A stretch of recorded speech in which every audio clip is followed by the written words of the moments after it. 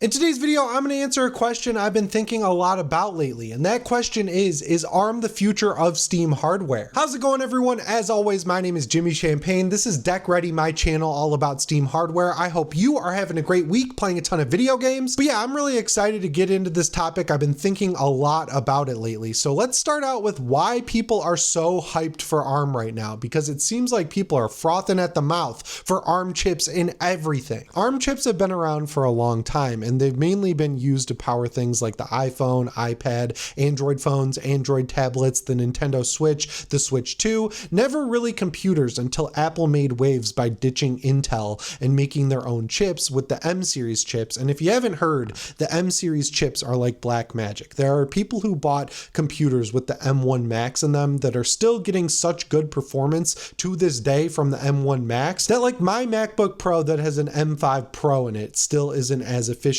or powerful as the original M1 Max chip. So that was a huge moment for ARM chips, and ever since then people have been really excited to see them in other hardware. And because they were originally developed for phones, that means they have to be really efficient at lower TDPs, and they also have to run super cool, because if you're putting them in an iPhone, you've got to use less cooling than you would in a bigger device. So obviously you need those chips to be efficient so they don't get hot, overheat your phone, and destroy your battery. Some phones, they have issues with the batteries, but overall ARM chips have been pretty dang good at doing what they're supposed to do. And I'm sure you've connected the dots already, but people are excited about these chips making their way into gaming handhelds because all of those boxes that they tick are great for gaming handhelds, right? You want a chip that's really efficient at lower TDPs and sips battery life and runs cool because you're playing on a handheld. You want to take it out of your house. You don't want the fan to be so loud that it's like alerting everyone around you at Starbucks. You want an efficient device that runs cool, gets great battery life, and doesn't sacrifice a ton on performance. And that's the exact experience that ARM chips are built to provide. And there are even handhelds out right now like the Ein Thor and the Ein Odin that use ARM chips and run full-on Steam games pretty well. Not amazing depending on what game you're playing, but if you're playing something like Hollow Knight Silksong or Ninja Gaiden Ragebound, you are getting a great experience on these ARM-based handhelds. So people are naturally looking at the Steam Deck wondering if Valve is going to put an ARM chip in the Steam Deck too. I love the way people are thinking. I'm very excited about all this stuff. It's the timeline people are asking for that makes me get a little bit iffy. And now it's time for the reality check section. So to run x86 games on Linux, Valve developed a translation layer called Proton that converts over GPU related stuff like Windows APIs and DirectX to Vulkan. It's a lot of graphics intensive things that are being translated from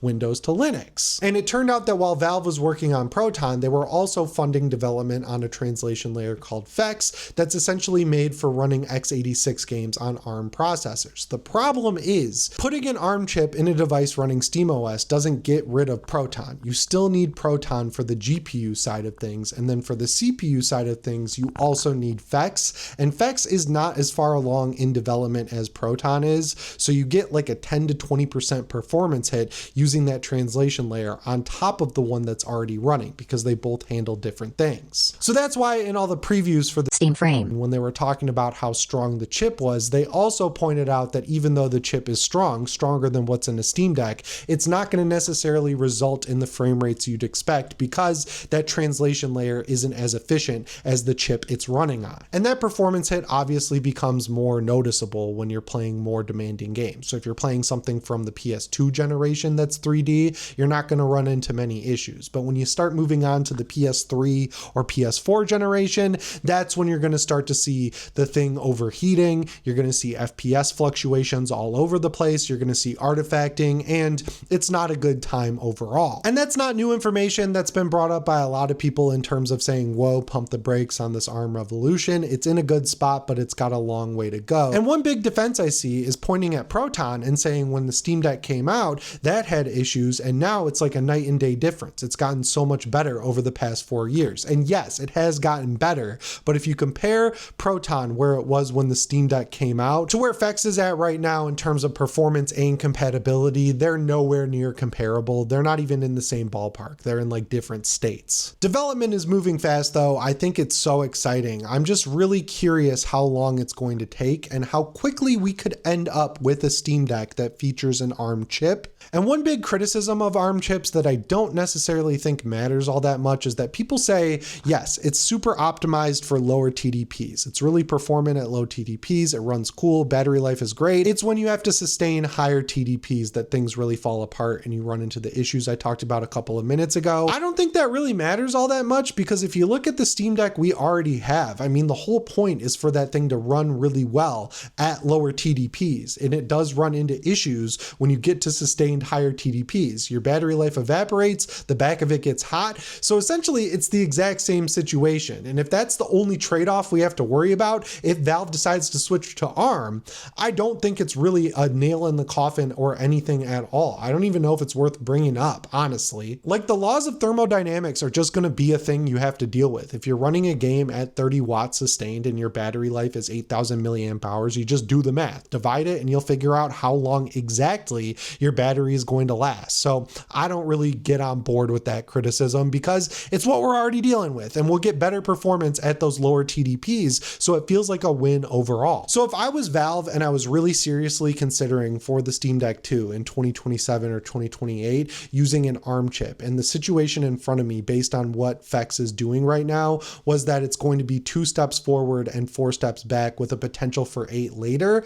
I don't know if I'd take that gamble and hope people would jump on board, because that would be a regression from what we already have with the Steam Deck. What I would do is stick with an x86 chip for the Steam Deck 2 and hope it does better than the Steam Deck 1, and then when ARM is mature on gaming handhelds, use it for the Steam Deck 3 or a Steam Deck Mini. And yes, we will be talking about the Steam Deck Mini. And once you start going down the imagination path of a Steam Deck using an ARM chip, there's a lot of benefits that become immediately clear. The first one is that you could shrink the overall footprint of the handheld itself, because the cooling would be much more efficient. You wouldn't need that relatively big fan just sitting there on the back of the device, and that saves you a not insignificant amount of space when you're talking about building out a handheld that you also want to be repairable by the user. Like, there are ARM chips that are so efficient that they literally don't require cooling, and that makes sense because, like, you know, they're in iPhones, and iPhones don't have a fan in them. They use like a vapor chamber or something like that. But even if a future Steam Deck had to use a vapor chamber, that would be better than a fan, because when you're playing a demanding game,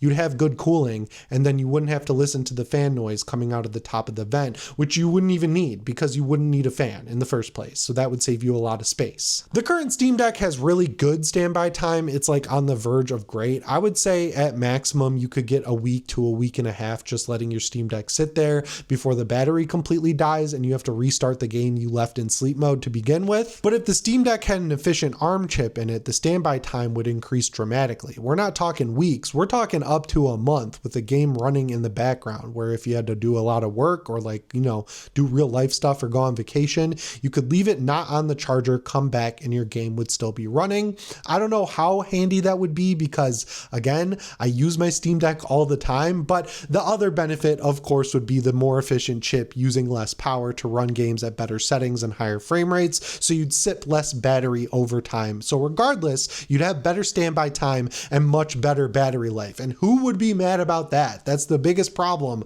with a lot of these handhelds. Their battery life is abysmal, and the only way to fix it is to either use an ARM chip, which hasn't happened yet, or put in a bigger battery, which, you know, would make the thing bigger, which is what no one wants. And by stripping parts out, you could make the thing smaller while leaving the parts that matter exactly as they are. Stuff like the trackpads, the face buttons, the speakers, the screen itself, all of that could remain the same size, but you could make the overall footprint smaller. And doesn't that sound like a Steam Deck Mini? This is something that a lot of Deck users have been asking for in my comments on Twitter, on Reddit, in other people's comments. People really want a Steam Deck Mini, and a lot of people act like, you know, it's crazy Valve hasn't made it, but I think just like looking at the past, it's easy to figure out why they haven't made it yet. First of all, the Steam Deck is a relatively niche device with a user base of like 4 or 5 million people, which sounds like a lot, but it's not that many when you're talking about shipping millions of units. So like, they probably have data that shows them that a lot of the people asking for a Steam Deck Mini already have a Steam Deck, and in your head, it sounds like something you would buy day one, and then when push comes to shove, and this thing is up for pre-order for $400, you're like, I guess I could just live with my regular Steam Deck and wait for the Steam Deck 2. So they don't want to spend the time, energy, and money producing this thing to not find more of a new audience and just just make it for the audience that's already there. And if you want an example of why that's smart, look at the iPhone mini. Back before the iPhone 12 mini came out, every tech YouTuber under the sun was loud as hell that all they wanted was an iPhone mini. They allegedly had data to back it up. They said people were mad that the iPhones were getting so big. So many more iPhones would be sold if they made a mini. So Apple finally gave in to the tech YouTubers, who ended up being an extremely loud minority because that thing sold like shit. It sat in warehouses. They had to do deals on it. I think they ended up stripping parts out of it for an SE version of the iPhone. So that is a great example of why listening to a loud minority isn't always the best route for companies, but there is a really good silver lining here. What if they just made a Steam Deck 2 using an ARM chip and stripped out the fan and all of the other unnecessary parts, but left the screen size the same, kept the controls the same, kept the layout the same, kept the trackpads, and just made it overall smaller? I know people act like they'd be fine with the smaller screen, but the reality is they just wouldn't. The biggest complaint surrounding the Steam Deck, the Switch 2, the ROG Ally is that when you're playing console games on these things, the text is almost impossible to read. A lot of games let you increase text size, but not all of them do. So like if you could just shrink the overall footprint and keep the screen size the same, I think that would work out fine. And the Switch 2 has a bigger screen than the Steam Deck OLED and is in a similar footprint. It's a little bigger, but they're largely similar when it comes down to it. So really, by switching to ARM, you would get all the benefits of a Steam Deck Mini without any sacrifices of switching to a mini form factor like you got switching to the Switch Lite from the Switch 1. That was saying switch a lot, but you get my point. You could keep everything cool about the regular Steam Deck, but make it smaller so that you actually want to take it out of the house and don't leave it at home because the case is too big and you don't have the Steam Deck 1TB OLED that comes with the slim case that fixes that problem perfectly. So the next question to answer is, could this happen? And it's a trick question because I think it's pretty obvious that this is what Valve is looking forward to in the future. The real question is, when is it going to happen, really? Because, you know, they have the Steam Frame coming out. It uses an ARM chip. It has SteamOS on it. The problem is that performance bottleneck that comes from FEX and, of course, the rendering system they use on VR. So I think what they're probably going to do is just stick with that for the time being, fix FEX, shrink that performance problem down as much as possible, and then after all of that is figured out, they'll introduce another ARM-based chip device into the ecosystem. But if you really want a Steam Deck Mini style device that uses an ARM chip, you've got a silver lining coming up. I'm full of them. I always got silver linings for you guys. Valve said a lot of handheld manufacturers using ARM chips for their mobile devices have approached them to get SteamOS on their devices. So I don't think that's going to happen immediately because they're going to get through the launch of the Steam Frame and iron out a lot of the bugs, but there is a timeline in place, and Valve has already shown that they're willing to work with third-party manufacturers with the Legion Go S and upcoming Legion Go 2. So again, it's not can they do it, it's when are they going to do it. And I think we're going to see an ARM-powered SteamOS handheld soon, and that's really exciting to me. So to answer the question from the beginning of the video, is the future of Steam hardware ARM-based? I think the answer is definitely yes. But I don't want to wait that long, so I just ordered an Iron Odin 3, and now I'm going to be checking my email every day to see if it shipped because I want to try out Steam games on an Android device. I've always been an iPhone guy, an iPad guy, a Mac guy, never had an Android phone. I can't try it out, so I figured go for the device that everyone loves. I'm not setting my sights too high with this thing. I watched a lot of videos of Steam games running, and I think the performance is being a little overblown, but like playing Dead Cells on that thing with the Castlevania DLC, sign me up, man. That sounds pretty damn good. So yeah, guys, that about covers it for this video. I've been thinking about this so much. I go to the gym every day and I walk on the treadmill for at least an hour. And the thing I've been thinking about the most is ARM chips. I don't know why they have taken such a hold over my mind, but I don't know. It just seemed like something cool that was worth talking about. And the more I researched it, the more obvious it became that this is what Valve is seeing the future on in terms of Steam hardware. So I had fun doing this. I hope you guys like this new set. I know it's bare, right? Like I got the Lululemon trash bag full of Warhammer paint and glue and everything. I'm working on it. I'll figure it out. I just can't record in the basement when it's this cold. When I get cold, I can't think straight and I like have to record the video 400 times and it's just not worth it. So it'll get better.